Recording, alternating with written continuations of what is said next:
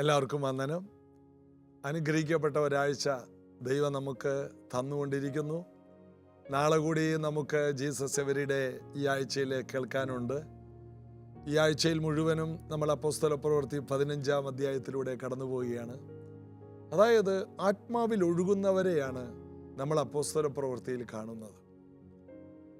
അതായത് ഒരു ചൊല്ലുണ്ടല്ലോ, ചത്ത മീൻ മാത്രമേ ഒഴുക്കിൽ ഒഴുകാറുള്ളൂ. എന്താണ് അതിൻ്റെ അർത്ഥം? ജീവനുള്ള മീൻ ഒഴുക്കിന് നേരെ നിൽക്കും. അത് കൊച്ചു പൊടിമീൻ പോലും ഒഴുക്കിന് നേരെ നിൽക്കും.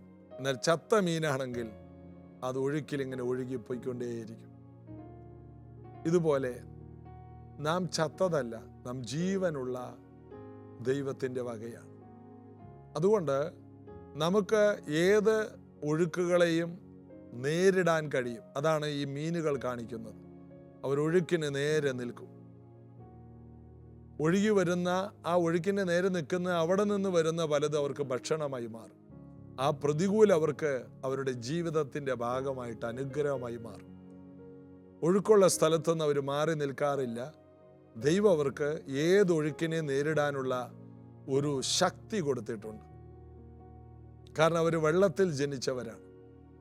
നാം കർത്താവിൽ ജനിച്ചവരാണ്. ദൈവത്തിൽ നിന്ന് ജനിച്ചവർ ലോകത്തെ ജയിക്കുന്നു.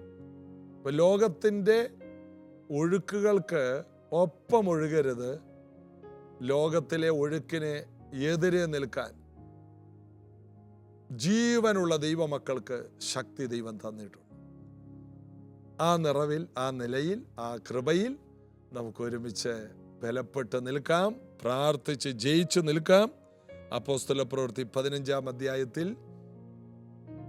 അപ്പോസ്തലന്മാർ തിരിച്ച് ബർന്നബാസിനെയും പൗലോസിനെയും കൂടെ 2 യെരുശലേമിലെ സഹോദരന്മാരെയും ചേർത്ത് യാത്രയാക്കി. അവരൊരു കത്ത് കൊടുത്തു. നിങ്ങൾ ഇവർ പറയുന്ന പോലെ പരിച്ഛേദനയൊന്നും ഏൽക്കേണ്ട ആവശ്യമൊന്നുമില്ല. നിങ്ങൾ ചില കാര്യങ്ങളൊക്കെ ഒന്ന് ചെയ്തേക്കണം. വിഗ്രഹാർപ്പിതം 28-ാം വാക്യത്തിൽ 15-28 വിഗ്രഹാർപ്പിതം, രക്തം, ശ്വാസം മുട്ടിച്ചത്തത്, പരസംഗം എന്നിവ വർജിക്കേണ്ടത് ആവശ്യം എന്നല്ലാതെ അധികമായ ഭാരമൊന്നും നിങ്ങളുടെ മേൽ ചുമത്തരുത് എന്ന് പരിശുദ്ധാത്മാവിന് ഞങ്ങൾക്കും തോന്നിയിരിക്കുന്നു. അമിതമായ ഭാരം, രക്ഷിക്കപ്പെട്ടവർ ഭാരം മാറിയവരാണ്. കർത്താവ് പറഞ്ഞു, അധ്വാനിക്കുന്നവരും ഭാരം ചുമക്കുന്നവരും എൻ്റെ അടുക്കൽ വാ, ഞാൻ നിങ്ങൾക്ക് ആശ്വാസം തരാം. എന്നാൽ സഭയിൽ വന്നപ്പോൾ വലിയ ഭാരം കൊണ്ടൊന്ന് തലയിൽ വെക്കുക. അങ്ങനത്തെ പ്രസംഗങ്ങൾ, അങ്ങനത്തെ സമ്പ്രദായങ്ങൾ. ക്രിസ്തീയ ജീവിതം എന്ന് പറഞ്ഞാൽ ഒരു സ്വസ്ഥതയാണ്, ഒരു ഫ്രീഡമാണ്. ഇതൊന്നും ചെയ്യാൻ സമ്മതിക്കത്തില്ല. ഓരോ കാര്യത്തിനും വിമർശിക്കും. അങ്ങോട്ടും ഇങ്ങോട്ടും തിരിയാൻ പറ്റത്തില്ല. ഭയങ്കരമായി വേദനിക്കുന്നൊരവസ്ഥയാണ്. എന്നോട് പലപ്പോഴും പല ദൈവദാസന്മാരുടെയും മക്കൾ പറഞ്ഞിട്ടോ, ഞങ്ങൾ ഒരിക്കലും ഈ സുവിശേഷ വിലക്കില്ല. കാരണം ഞങ്ങളുടെ അപ്പനെ ഞങ്ങളുടെ പള്ളിയിലെ കമ്മിറ്റിക്കാരിട്ട് കൊടയുന്നത് കണ്ടിട്ടുണ്ട്. ഞങ്ങളുടെ അപ്പൻ മാറിയിരുന്ന് കരയുന്നത് കണ്ടിട്ടുണ്ട്. ഞങ്ങൾക്ക് ഈ സുവിശേഷ വേല വേണ്ട. എത്രയോ എത്രയോ ദൈവദാസന്മാരെ കരയിപ്പിച്ച സഭാ മൂപ്പന്മാർ വെറുതെ കരയിപ്പിക്കുക. സഭയെ ഭരിക്കുന്നു എന്നാണ് അവർ പറയുന്നത്. ഒരു ദൈവദാസൻ, ദർശനമുള്ള ഒരു ദൈവദാസനെ ആ ദൈവദാസന്റെ ശുശ്രൂഷ ചെയ്യിക്കാതെ അതിനെതിരെ പറയുന്നതാണ് സഭാഭരണം. ഇതെവിടെ കേട്ടതാ?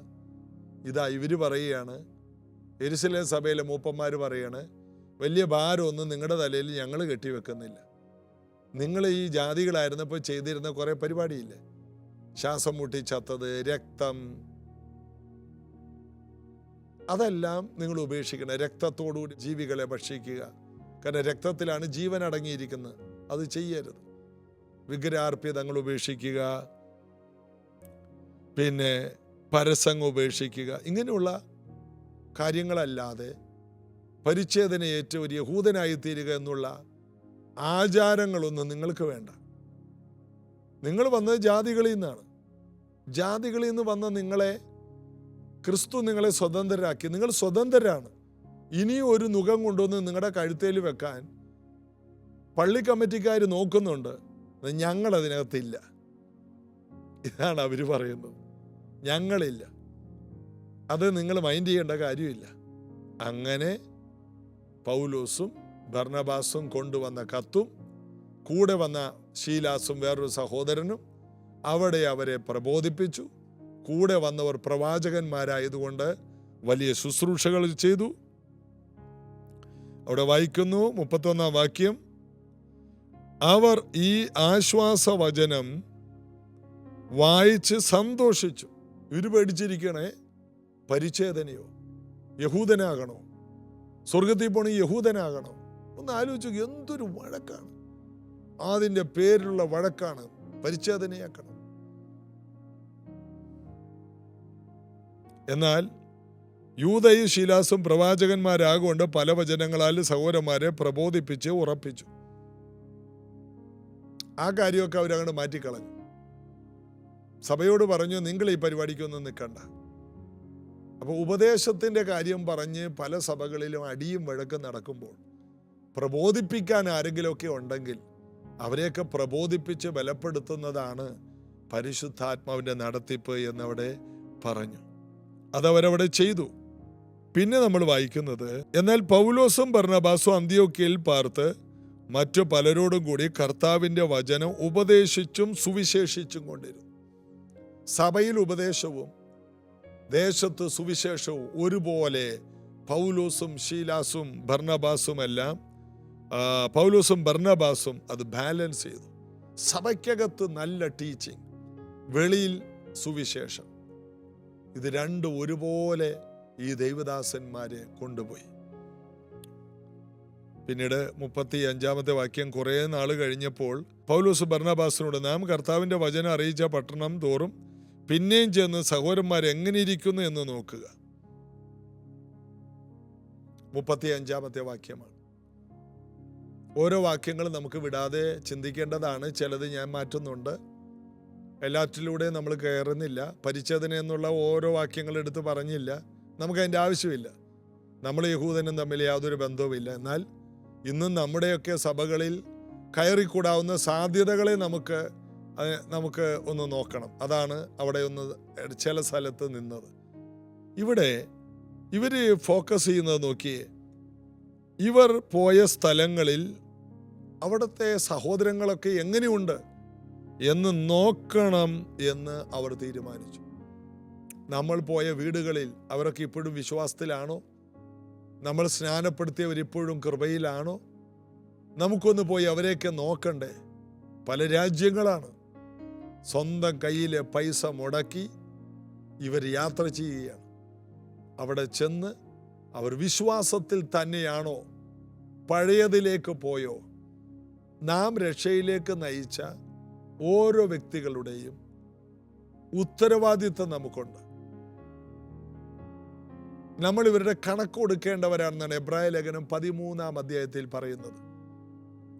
നിങ്ങളെ നടത്തുന്നവരെ അനുസരിച്ച് കീഴടങ്ങിയിരിപ്പിൻ. അവർ കണക്ക് കൊടുക്കുന്നവരാണ്, ബോധിപ്പിക്കേണ്ടവരാണ്. അതുകൊണ്ട് നമ്മൾ ഒരാളെ രക്ഷയിലേക്ക് നയിച്ചാൽ അതുകൊണ്ട് തീർന്നില്ല. ആ വ്യക്തി വളരുന്നുണ്ടോ എന്നുള്ളത് കൂടി നോക്കുക എന്നുള്ളത് അപ്പോസ്തലന്മാർ അവർക്ക് ദൈവത്തിൽ നിന്ന് കിട്ടിയ ഒരു വെളിപ്പാടാണ്. ഇന്ന് അങ്ങനെയുള്ളവർ എഴുന്നേറ്റ് വരണം. ഒരാളെ വിശ്വാസത്തിൽ കൊണ്ടുവന്നാൽ ആ വ്യക്തി വിശ്വാസത്തിൽ വളരുന്നത് കണ്ട് സന്തോഷിപ്പാൻ. അങ്ങനെ നമുക്ക് കൃപയുണ്ടാകണം. ഒരാളെ വിശ്വാസത്തിലേക്ക് നയിച്ച വ്യക്തിക്ക് ആ വ്യക്തിക്ക് വേണ്ടി ജീവിതകാലം മുഴുവൻ പ്രാർത്ഥിക്കാൻ കഴിയേണ്ടതിന് ആ ഒരു കാഴ്ചപ്പാട് നാം ദൈവത്തോട് ചോദിച്ചു വാങ്ങണം. കർത്താവെ, ഞാൻ കൊണ്ടുവന്ന വ്യക്തിയെ സഭയിൽ കൊണ്ടുവന്നു, ആ വ്യക്തി വളരുന്നുണ്ടോ എന്ന് നോക്കാൻ ഇന്ന് വരെ ഞാൻ ശ്രമിച്ചിട്ടില്ല. എനിക്കതിനുള്ള കൃപ തരണേ എന്ന് നമുക്ക് പ്രാർത്ഥിക്കണം. അങ്ങനെ മർക്കോസ് എന്ന യോഹന്നാനെയും കൂട്ടിക്കൊണ്ടു പോകാൻ ബർന്നബാസ് ഇച്ഛിച്ചു. പൗലോസോ പംഫുല്യയിൽ നിന്ന് തങ്ങളെ വിട്ട് പ്രവർത്തിക്ക് വരാതെ പോയവനെ കൂട്ടിക്കൊണ്ട് പോകുന്ന യോഗ്യമല്ല എന്ന് നിരൂപിച്ചു. അങ്ങനെ അവർ തമ്മിൽ ഉഗ്രവാദമുണ്ടായിട്ട് വേർപിരിഞ്ഞു. ബർന്നബാസ് മർക്കോസിനെ കൂട്ടി കപ്പൽ കയറി കുപ്രോസ് ദ്വീപിലേക്ക് പോയി. പൗലോസ് ശീലാസിനെ തിരഞ്ഞെടുത്ത് സഹോദരന്മാരാൽ കർത്താവിൻ്റെ കൃപയാൽ ഭരമേൽപ്പിക്കപ്പെട്ട് യാത്ര പുറപ്പെട്ട് സുറിയ, കിലിക്യ ദേശങ്ങളിൽ കൂടി സഞ്ചരിച്ച് സഭകളെ ഉറപ്പിച്ചു പോന്നു. ഇതാ വർഷങ്ങളായിട്ട് ഒറ്റക്കെട്ടായി യാത്ര ചെയ്ത, അനേക വർഷം ഒരു ഹൃദയം പോലെ ചങ്കായിട്ട് യാത്ര ചെയ്ത ബർന്നബാസും പൗലോസും തമ്മിൽ ഉഗ്രവാദം, വലിയ തർക്കമുണ്ടായിട്ട് രണ്ട് ചേരിയായി മാറി. ഒരാളുടെ പേരും പറഞ്ഞു, മർക്കോസിന്റെ പേരും പറഞ്ഞു. മർക്കോസ് ബർന്നബാസിന്റെ ബന്ധത്തിലുള്ളൊരു കൊച്ചനാണ്. അവനൊരു സ്ഥലത്ത് വെച്ച് മീറ്റിങ്ങിനിടക്ക് അവൻ വീട്ടിൽ പോയി. നമ്മൾ പറയില്ല, എനിക്ക് എൻ്റെ അമ്മയെ കാണണമെന്ന്. എനിക്ക് തോന്നുന്നു അങ്ങനത്തെ ഒരു ഹോം സിക്നെസ് ഉള്ളവനാണെന്ന് തോന്നുന്നു. അവൻ അങ്ങനെ വീട്ടിൽ പോയി. പൗലൂസിന് അത് ഇഷ്ടപ്പെട്ടില്ല. കലപ്പൊക്കെ കൈവച്ച ശേഷം പുറകോട്ട് നോക്കുന്നവൻ ദൈവരാജ്യത്തിന് കൊള്ളാകുന്നതല്ല. ഈ വാക്യമൊക്കെയാണ് പൗലൂസിന്. കാരണം പൗലൂസ് വന്നത് ദമസ്കോസിന്റെ പടിവാതുക്കൽ വെച്ച് പിടിച്ചു കർത്താവ്. പിന്നെ തിരിഞ്ഞു നോക്കിയിട്ടില്ല. എല്ലാം ചപ്പും ചവറും നീണ്ടുന്ന തീവ്രവാദിയാണ് പൗലൂസ്. ബർന്നബാസോ അവൻ ശാന്തനും വിശ്വാസവും നല്ല സ്വഭാവമുള്ളവനാണ്. രണ്ട് മനോഭാവമാണ്. ഒരുവൻ തീവ്രവാദി, മറ്റവൻ ഒരു അഡ്ജസ്റ്റ്മെൻ്റ് ഒക്കെ ഉണ്ട്. സഭയിൽ എല്ലാ ടൈപ്പ് ആൾക്കാരും ഉണ്ടാവും. ചിലർ തീവ്രവാദിയായിരിക്കും. എന്നാൽ തീവ്രവാദികൾക്ക് മറ്റുള്ളവർക്ക് മുറിവേൽക്കുന്നൊന്നും വിഷയമല്ല. മറ്റുള്ളവരുടെ വേദനയ്ക്കൊന്നും അവർ കാര്യം നോക്കില്ല. അവർക്ക് ഒറ്റ ഫോക്കസേ ഉള്ളൂ. എന്നാൽ ദൈവസഭയാകുമ്പോൾ തീവ്രവാദിയും വേണം, അപ്പോൾ തന്നെ കാര്യങ്ങൾ വിവേകത്തോടെ ബാലൻസ് ചെയ്യുന്നവരും വേണം. ബർന്നബാസ് ആ ടൈപ്പ് ഒരാളാണ്. തൻ്റെ കുടുംബത്തിലുള്ള ഒരു ചെറുപ്പക്കാരൻ അവനെ കൃപയെന്ന് കളയാൻ, അവൻ ഇത്തിരി പിന്മാറ്റം വന്നു എന്ന് കരുതി അവനെ തള്ളിക്കളയാൻ ബർന്നബാസ് തയ്യാറല്ല. പൗലോസ് പറയുന്ന അവനെ വേണ്ട. പൗലോസിന്റെ ഭാഷയാണ് സാത്താനെ ഏൽപ്പിച്ചിരിക്കുന്നു. ചിലരെയൊക്കെ സാത്താന്റെ കയ്യിൽ ചിലരെ ഏൽപ്പിക്കണം. എന്നാൽ എല്ലാറ്റിനെയും പിടിച്ച് സാത്താനെ ഏൽപ്പിക്കാൻ പറ്റും. പൗലോസ് എല്ലാവരെയും സാത്താനെ ഏൽപ്പിച്ചില്ലെങ്കിലും പൗലോസ് ചിലരെ ഒഴിവാക്കിയതാണ്. തീവ്രവാദിയാണ്. തീവ്രവാദിയായതുകൊണ്ടാണ് ദൈവരാജ്യം വേഗത്തിൽ വളർന്നത്. അപ്പോൾ തന്നെ തീവ്രവാദിയുടെ കൂടെ ഒരു ശാന്ത സ്വഭാവക്കാരനും മറ്റുള്ളവരെ പ്രബോധിപ്പിക്കുന്നവനും ഉണ്ടായിരുന്നു ബർന്നബാസ്. എന്നാൽ സങ്കടമെന്ന് പറയാം, രണ്ട് ഗ്രൂപ്പായിട്ട് മാറി. പ്രിയമുള്ളവർ, ഇന്ന് നമ്മുടെ കൂടെ ഉള്ളവർ തെറ്റിപ്പിരിഞ്ഞ് വേറൊരു മിനിസ്ട്രി ആരംഭിക്കാൻ ഒരിക്കലിടയാകരുത്. നമ്മുടെ കൂടെയുള്ളവരെ നമ്മുടെ കൂടെ തന്നെ നിർത്താൻ കഴിയുമെങ്കിൽ അത് എത്ര നല്ലതാണ്. ഒരുമിച്ച് നിൽക്കുന്നവർ എത്രയോ പേരെ അറിയാം. രണ്ടുപേർ ഒരുമിച്ച് ഒരു മിനിസ്ട്രിയിൽ ഒരുമിച്ച് നിന്ന് പോകുന്നത് കണ്ടിട്ടില്ലേ? കേരളത്തിലുണ്ട്. അങ്ങനെ നിൽക്കാൻ കഴിയുന്നത് വളരെയധികം സഹിഷ്ണുത വേണം. രണ്ട് സ്വഭാവമായിരിക്കും. അഡ്ജസ്റ്റ് ചെയ്തേ മതിയാവും. സഹിക്കാനും ക്ഷമിക്കാനും ഒക്കെ കഴിഞ്ഞാലേ രണ്ടുപേർക്ക് ഒരുമിച്ച് പോകാൻ കഴിയും. രണ്ടുപേർ ഒത്തിട്ടല്ലാതെ ഒരുമിച്ച് പോകാൻ കഴിയില്ല. രണ്ടുപേർ ഭൂമിയിൽ ഐക്യമത്യപ്പെട്ടാലോ എന്തും കർത്താവ് തരും. അതുകൊണ്ട് തല്ലിപ്പിരിയുന്നതിനേക്കാൾ അവസാനം വരെ ഹൃദയപൂർവ്വം നിൽക്കുന്നത് എത്ര മനോഹരമാണ്. ബർന്നബാസിനോട് പൗലോസ് വളരെയധികം അകന്നുപോയി. കാലങ്ങൾ കഴിഞ്ഞപ്പോൾ ഇതേ മർക്കോസ് നല്ലവനാണെന്ന് പറഞ്ഞ് പൗലോസ് ലേഖനം എഴുതുകയാണ്. എന്താ കാര്യം? ബർന്നബാസ് അവനെ പണിതെടുത്തു. പൗലോസിനെ പണിതെടുത്ത അതേ ബർന്നബാസ് മർക്കോസിനെ പണിതെടുത്തു. ഇപ്പോൾ പൗലോസ് തൻ്റെ വാർദ്ധക്യത്തിൽ പറയുകയാണ്, മർക്കോസിനെ കൂട്ടിക്കൊണ്ടുവാ, അവൻ എനിക്ക് വളരെ പ്രയോജനമുള്ളവനാണ്. ഒരു പ്രയോജനവും ഇല്ലാത്തതിനെ തള്ളിക്കളയരുത്. പ്രയോജനമില്ലാത്തതിനെ വളരെ പ്രയോജനമുള്ളതാക്കി മാറ്റുന്നതും ഒരു ശുശ്രൂഷയാണ്. പുതിയ ആൾക്കാരെ കണ്ടെത്തി അവരെ ശക്തരാക്കുന്നത് പോലെ തന്നെ പിന്മാറ്റക്കാരെ മടക്കിക്കൊണ്ടുവന്ന് ശക്തീകരിക്കുന്നതും അതൊരു മിനിസ്ട്രിയാണ്. ഞാനിതെല്ലാം പറയുമ്പോൾ ഇതെല്ലാം ഓരോ വ്യക്തികളോടുള്ള ദൂതുകളാണ്. അതുകൊണ്ട് ആരെയും തള്ളിക്കളയരുത്. ഇന്നൊരു പിന്മാറ്റം ഉണ്ടാകാം, മർക്കോസിനെ പോലെ ഒരു പിന്മാറ്റം ഉണ്ടാകും. പിന്നീട് നമ്മൾ വായിക്കുന്നു മർക്കോസിന്റെ സുവിശേഷം എങ്ങനെ വന്നു. അദ്ദേഹത്തെ മടക്കിക്കൊണ്ടുവന്നു. മർക്കോസിന്റെ സുവിശേഷമുണ്ടായി. ഇതുപോലെ ഇത് കേൾക്കുന്ന ഓരോ വ്യക്തികളും ഒരാളെയും തള്ളിക്കളയാതെ, ജീവിതത്തിൽ ചിലർക്ക് ഇടയ്ക്കൊരു പിന്മാറ്റം വന്നാൽ അവരെ വീണ്ടും ചേർത്ത് കൂടെ കൂട്ടുവാൻ നമ്മൾ മനസ്സൊരുക്കമാണെങ്കിൽ അവർ ശക്തരായി മാറും, എല്ലാവർക്കും ഗുണമുള്ളവരായി മാറും. ക്ഷമയോടെ പിന്മാറ്റക്കാരെ കൈകാര്യം ചെയ്യുക. കർത്താവ് അനുഗ്രഹിക്കട്ടെ. ഞാനും നിങ്ങളൊക്കെ പിന്മാറാറുണ്ട്. അവിടെയൊക്കെ ആരെങ്കിലും ബർന്നബാസുമാരെ ദൈവം നമുക്ക് വേണ്ടി ഒരുക്കിയില്ലേ? നന്ദി പറയാം, പ്രാർത്ഥിക്കാം. സ്വർഗീയ പിതാവേ, ഞങ്ങളങ്ങയുടെ സന്നിധിയിലേക്ക് വരുന്നു. ഇന്ന് ഞങ്ങളങ്ങയുടെ മുഖത്തേക്ക് നോക്കുന്നു. ഞങ്ങളുടെ ജീവിതത്തിൽ വന്ന പിന്മാറ്റങ്ങളിൽ ഞങ്ങളെ പൊതിയുവാൻ ചില ബർന്നബാസുമാരെ ഒരുക്കിയതുകൊണ്ട് ഇന്ന് ഞങ്ങൾ വിശ്വാസത്തിലാണ്. ഞങ്ങളെ ഉപേക്ഷിച്ച് കളഞ്ഞില്ല. അങ്ങനെയുള്ള ബർന്നബാസുമാർ ഞങ്ങളെ ചേർത്ത് പിടിച്ചു. അതുകൊണ്ട് ഇന്ന് ഞങ്ങൾ കൃപയിലുണ്ട് കർത്താവേ.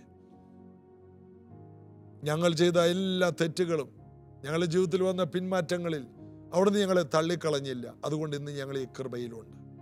അതുകൊണ്ട് ഒരാളെ തള്ളിക്കളയുന്നതിനേക്കാൾ തള്ളപ്പെട്ടവരെ, പിന്മാറിപ്പോയവരെയൊക്കെ വീണ്ടും മടക്കി കൊണ്ടുവരുന്ന ആ ബർന്നബാസ് മിനിസ്ട്രി ചെയ്യാൻ ഞങ്ങളെ ശക്തീകരിക്കണം. മാത്രമല്ല, വർഷങ്ങളായി ഒരുമിച്ച് പോകുന്നവർ തമ്മിൽ അകലുന്ന അകലങ്ങൾ യേശുവിൻ നാമത്തിൽ മാറിപ്പോകട്ടെ.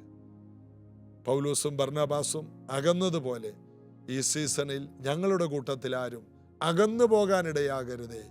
കർത്താവിൻ്റെ കാവൽ ഞങ്ങൾ ചോദിക്കും. കർത്താവിൻ്റെ വരവ് വരെ, ഈ ഭൂമിയിലുള്ള കാലം വരെ ഒറ്റക്കെട്ടായി നിന്ന് പ്രവർത്തിക്കുന്ന യൂണിറ്റിയുടെ ശക്തി ഞങ്ങൾ ചോദിക്കും, യേശുവിൻ നാമത്തിൽ. ആമേൻ. ഐക്യതയുടെ ശക്തി നമ്മിൽ വർദ്ധിക്കട്ടെ. കർത്താവ് നമ്മോട് കൂടിയിരിക്കും. ഈ ഡിസംബർ മാസം ഒറ്റക്കെട്ടായി നിന്നുകൊണ്ട് പുതിയ കാര്യങ്ങൾക്ക് വേണ്ടി നമുക്ക് ചുവടുവെക്കാം. God bless you.